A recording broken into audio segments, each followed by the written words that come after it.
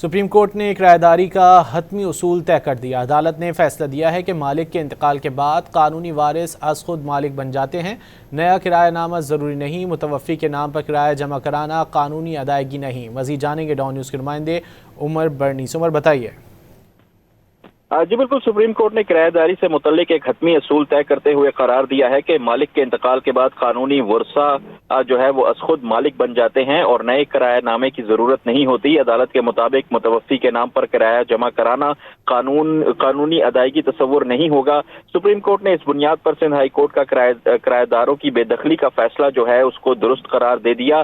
Supreme court ने किराएदारी के मामले में वाज़ेह असूल तय करते हुए सिंध हाई कोर्ट के बेदखली से मुतल्लिक फैसले को बरकरार रखा है। केस के मुताबिक असल मालिक के इंतकाल के बाद बेटे ने किराएदारों को नोटिस देकर किराया और बकाया जात अदा करने का मुतालबा किया। ताहम किराएदारों ने मालिक के इंतकाल और जनाजे में शिरकत का एतराफ करने के बावजूद कानूनी वारसों को किराया अदा नहीं किया।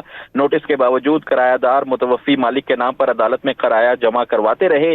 कानूनी वर्सा ने किराया अदा न करने पर किराएदारों के खिलाफ बेदखली की दरख्वास्त दायर की, जिस पर किराएदारों का मौक़िफ़ था कि अदालत में किराया जमा कराने से वो बेदखली से महफूज हैं। सुप्रीम कोर्ट ने करार दिया कि नोटिस मिलने के बाद मुतवफ़ी के नाम पर किराया जमा कराना कानूनन अदायगी तस्वुर नहीं होता और कानूनी वर्सा को किराया ना देना जानबूझकर डिफॉल्ट के मुतरादिफ है। अदालत के मुताबिक जानबूझकर डिफॉल्ट करने वाले किरायादार बेदखली के जिम्मेदार होते हैं। जी, बहुत शुक्रिया उमर बर्नी इन तफसीलात के लिए।